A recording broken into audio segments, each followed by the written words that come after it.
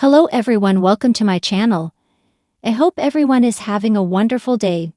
Before starting the video, please go ahead and hit the subscribe button and give this video a like up. Not everything will be new in the new year. Young and Restless seems to be primed to give us the same old nonsensical sort of twists and kind of turns, only reheated, hand served up like a plate of leftovers that think they're fine dining. In a recent interview with TV Insider executive producer/head writer Josh Griffith promised that viewers are in for a wild ride as Ion and Jordan's reign of terror leads to face-off after face-off. But what does wild really mean when the plot mainly consists of a couple of senior citizens running around playing dress-up while skipping their naps and pulling off feats that would stretch cruel on, say, I Dream of Jeannie? Will the tag team's disguises get even sillier? Their master plan more incomprehensible, apparently. On our way to finding out, the villains will corner nieces Phyllis and Sharon in what Griffith called a life or death situation, except is a situation still life or death when literally no one in the audience thinks for a minute that the show is going to kill off either character. We're supposed to be scared. OMG is at curtains for so and so, but we know gan well that it isn't so. Where's the suspense? According to the Q&A, the boss also intends to keep playing Victor and Jack's feud, even though its restart was so dunderheaded it made the Black Knight look like an ungrateful dumbass. He's basically been made to say, how very dare you try to help my wife get sober? You will pay a steep price for this egregious affront. Come again and yet on and on that story goes, whether or not we care whether either Victor or Jack is rich, super rich, or impossibly mega rich. Ria's at no 214. Why these cast additions are desperately needed in other developments. Summer, the article states, is going to reconsider whether she wants Kyle, even though he's now involved with CLA and he only married his ex the first time around to get a part of her liver for his then girlfriend Lola. How hot is that, right? And we are poised to discover has some more skeletons in the closet, Griffith said, and we suppose it's never too late to define her as a character. But considering that the last skeleton to fall from her closet was a torrid past with Noah that made absolutely no impact in the present, we can't say we're too stoked finally after the murder of Heather, a character about whom no one cared but with whom Daniel randomly cheated on Lily with. GD was terrific. Thank you very much. Faison will set himself on a new path, Griffith teased. One that will send him on a bit of a walk on the emotional wild side. Ah well, if the powers that be want to turn him into a playboy, the likes of which we haven't seen since Brad Carlton was Popsicle, hey, we're all for it. But since Young and Restless these days seems utterly fun-averse, we doubt that it will really happen. More likely, given Griffith infatuation with half-baked psychological storylines, Daniel will again become a sex addict, only one who doesn't even enjoy sex. The year 2025 is shaping up to be a pivotal one for the residents of Geno City on the Young and the Restless. The soap opera's long-running dramatic legacy is no stranger to unexpected twists, shocking betrayals, and death-defying moments.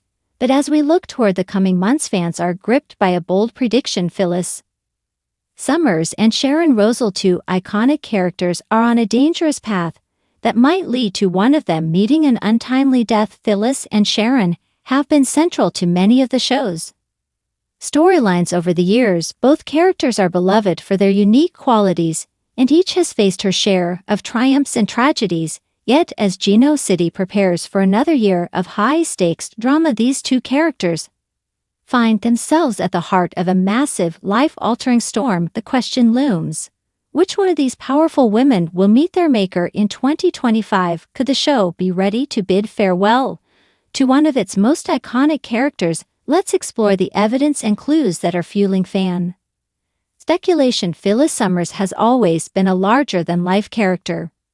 Whether she's fighting for her family, her career, or her love life, Phyllis never hesitates to step into the ring and take on her enemies. In the past, she has been known for her manipulative tactics, her sharp wit, and her fiery personality. Phyllis is a survivor someone who always bounces back even when the odds seem stacked against her, however recent developments have left fans wondering if Phyllis' time might finally be up. One of the biggest factors contributing to this theory is Phyllis's ongoing feud with Diane Jenkins. Their rivalry has been one of the most volatile and drawn-out conflicts in recent Y&R history, and 2025 promises to escalate the drama between them. Phyllis is desperate to maintain her dominance in Geno City, but Diane's return to town has thrown everything into chaos.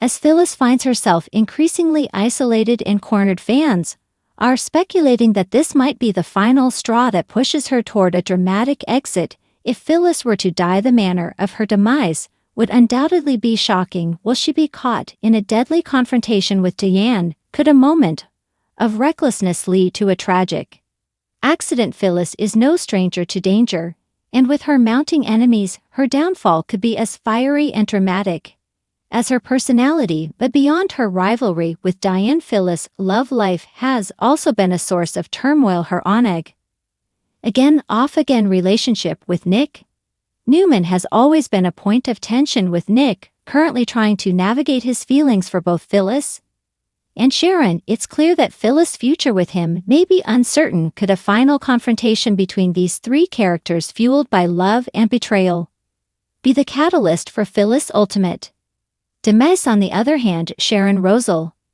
has been a steadying force in Geno City for many years, known for her compassion, kindness, and emotional depth.